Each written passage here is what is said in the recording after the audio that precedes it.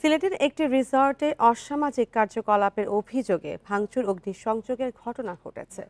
সেখানে ১৬ তরুণীকে আটক করে বিক্ষুব্ধরা, তাদের মধ্যে ৮ জনের অভিভাবক ডেকে বিয়ের ব্যবস্থা করা হয়। এ নিয়ে আরও জানাতে সিলেট থেকে যুক্ত হচ্ছেন রানা মজুমদার। রানা, ঘটনার বিষয়ে পুলিশ কি জানিয়েছে এবং আটক তরুণীদের বিষয়ে বিয়ের বিষয়ে কি জানা গেছে এবং কারা এর সঙ্গে জড়িত?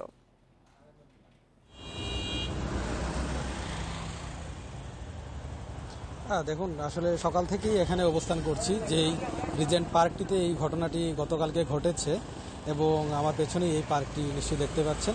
এবং এখানে আসার পর যারা এলাকাবাসী রয়েছেন কিংবা যেই কাজী আসলে বিয়েগুলো পড়িয়েছেন তার সঙ্গে আমাদের কথা হয়েছে। পাশাপাশি কিছুক্ষণ আগে এই যে থানার অধীন এই পার্কটি, অর্থাৎ মোংলাবাজার থানা, সেই থানার যিনি ভারপ্রাপ্ত কর্মকর্তা রয়েছেন তার সঙ্গে আমার কথা হয়েছে। তো তিনি যে বিষয়টি জানিয়েছেন, গতকালকে যখন এই ঘটনাটি ঘটে তখন এর সংবাদ পাওয়ার সাথে সাথেই কিন্তু পুলিশের যারা সদস্য রয়েছেন তারা কিন্তু থানা থেকে এখানে ছুটে এসেছেন। পাশাপাশি তখন যারা এলাকার বিক্ষুব্ধ জনতা ছিলেন তাদেরকে তারা নিবৃত্ত করার চেষ্টা করেছেন এবং এর মধ্যেই মূলত আসলে অগ্নিকাণ্ডের ঘটনাটিও ঘটে যায়। তখন ফায়ার সার্ভিসকেও আসলে খবর দেওয়া হয়। ফায়ার সার্ভিসের সদস্যরা এসে, ফায়ার সার্ভিসের 2টি ইউনিট এসে কিন্তু এখানে আগুন নিভিয়ে যায় এবং থানার যে ভারপ্রাপ্ত কর্মকর্তা তিনি আমাদেরকে জানিয়েছেন সর্বশেষ এখন পর্যন্ত কিন্তু এই ঘটনা নিয়ে কোনো পক্ষ থেকেই কিন্তু আসলে কোনো ধরনের মামলা কিংবা থানায় কোনো ধরনের অভিযোগ দায়ের করা হয়নি। আমরা এলাকাবাসী কিংবা যিনি কাজী ছিলেন, যিনি 4টি বিয়ে পড়িয়েছেন, তার সঙ্গে আমাদের কথা হয়েছে। তিনি যে বিষয়টি জানিয়েছেন যে আসলে যারা অভিভাবক ছিলেন অভিভাবকদেরকে মূলত পরে খবর দেওয়া হয় এবং অভিভাবকদেরকে জানানোর পর অভিভাবকরা আসার পরে কিন্তু অভিভাবকদের সম্মতিতে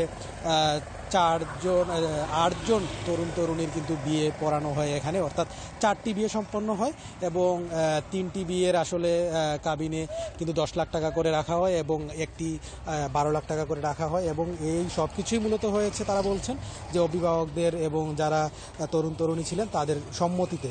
এবং আরও যে 8জন তরুণী ছিলেন তাদেরকে মূলত হচ্ছে এলাকাবাসী এবং পুলিশের উপস্থিতিতে এবং স্থানীয় যারা মুরব্বী ছিলেন তাদের উপস্থিতিতে মূলত তাদেরকে অভিভাবকদের কাছে আসলে হস্তান্তর করা হয় বলে তারা আমাদেরকে জানিয়েছেন।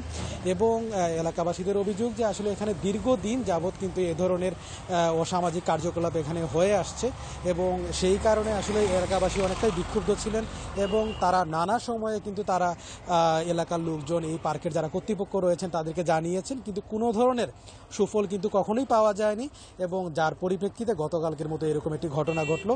এবং এই ঘটনাটা নিয়ে কিন্তু আসলে মানবাধিকার কর্মী কিংবা সচেতন নাগরিক সমাজ যারা রয়েছেন সবার মধ্যেই এক ধরনের মিশ্র প্রতিক্রিয়া রয়েছে যে আসলে এটা করা যায় কিনা। তবে পুলিশ বলছে যদি কেউ অভিযোগ জানায় সে তার পরিপ্রেক্ষিতে আসলে ব্যবস্থা নেওয়া হবে।